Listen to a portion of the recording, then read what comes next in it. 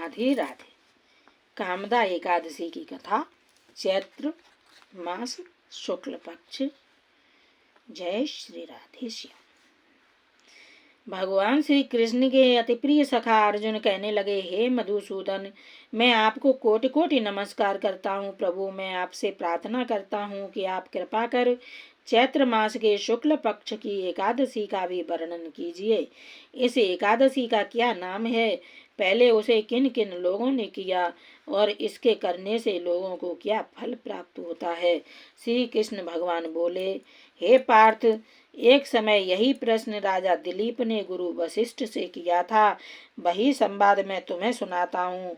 राजा दिलीप ने गुरु वशिष्ठ से पूछा, गुरुदेव, चैत्र मास के शुक्ल पक्ष की एकादशी का क्या नाम है, उसमें किस देवता की पूजा होती है तथा उसकी विधि क्या है, सो आप कृपा पूर्वक कहिए। महर्षि वशिष्ठ जी बोले, हे राजन, चैत्र मास के शुक्ल पक्ष की एकादशी का नाम कामदा है। यह सभी पापों को नष्ट कर देती है।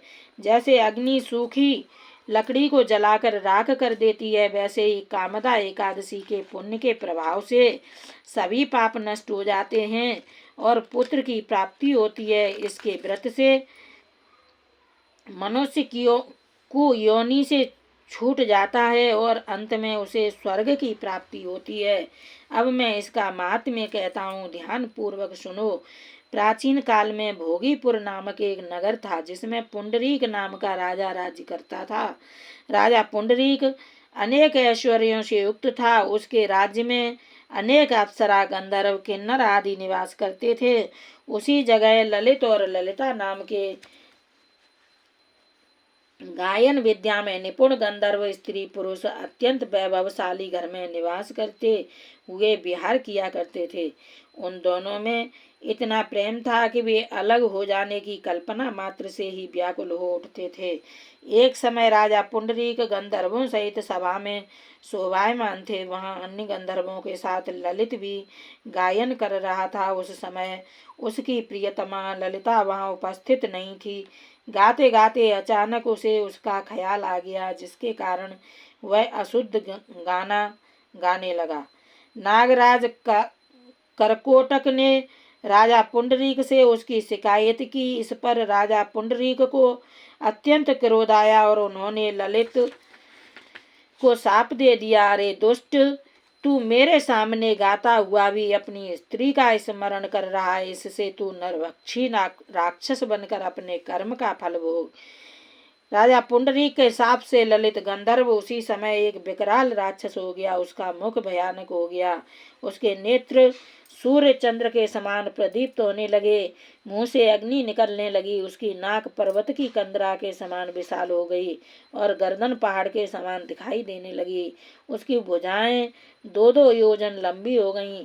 इस तरह उसका शरीर 8 योजन हो गया। इस प्रकार राक्षस हो जाने पर वह अनेक दुख भोगने लगा।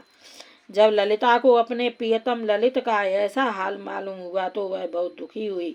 वह अपने पति के उद्धार के लिए विचार करने लगी कि मैं कहाँ जाऊं और क्या करूं, कैसे अपने पति को इस नरक तुल्य कष्ट से छुटकारा दिलाऊं। वह राक्षस घोर वनों में रहते हुए अनेक प्रकार के पाप करने लगा। उसकी पत्नी ललिता भी उसके पीछे पीछे जाती और उसकी स्थिति देखकर विलाप करती रहती। एक दिन वह अपने पति के पीछे घूमते घूमते विंध्याचल पर्वत पर चली गई। उस स्थान पर उसने श्रृंगी ऋषि का आश्रम देखा। वह शीघ्र ही उस आश्रम में गई और ऋषि के सन्मुख जाकर दंडवत प्रणाम कर विनय भाव से प्रार्थना करने लगी, हे मुनि, मैं वीर धनवा नामक गंधर्व की कन्या ललिता हूँ। मेरा पति राजा पुंडरीक के शाप से एक भयानक राक्षस हो गया है। उससे मुझको महान दुख हो रहा है। अपने पति के दुख के कारण ही मैं भी बहुत दुखी हूँ। हे ऋषि श्रेष्ठ, कृपा करके आप उसके राक्षस योनि से छूटने का कोई श्रेष्ठ उपाय बताएं।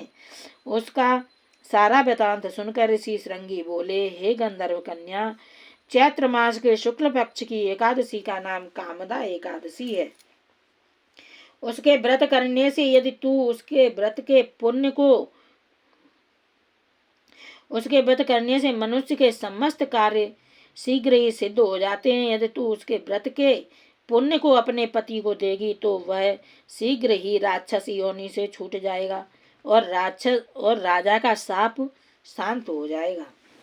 मुनि के ऐसे वचनों को सुनकर ललिता ने आनंद पूर्वक व्रत किया और द्वादशी के दिन ब्राह्मणों के सामने अपने व्रत का फल अपने पति को दे दिया और भगवान से प्रार्थना करने लगी, हे प्रभु, मैंने जो यह व्रत किया है उसका फल मेरे पति देव को मिले, जिससे उनकी राक्षसी योनि शीघ्र ही छूट जाए।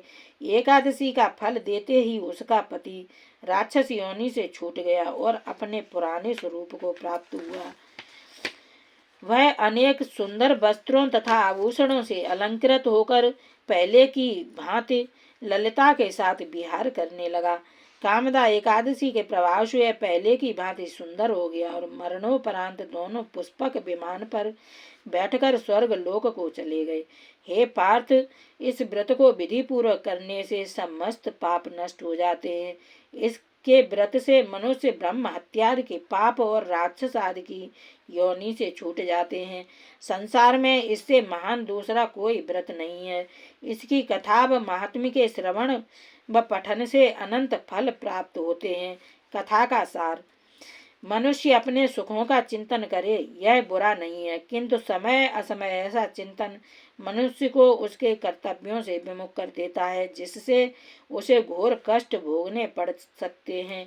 गंधर्व ललित ने भी राक्षस होकर घृणित कार्य किए और कष्ट भोगे, किंतु भगवान विष्णु की कृपाओं का कोई अंत नहीं है। वह मनुष्य को उसका मन चाहा फल देते हैं, किंतु जब मनुष्य स्वयं कर्म करे और उसका फल किसी दूसरे को अर्पण करे तो उसका वह कर्म तप से भी अधिक प्रभावशाली होता है और पुण्य दान करने वाला देव तुल्य हो जाता है। जय श्री राधे, जय श्री राधे श्याम।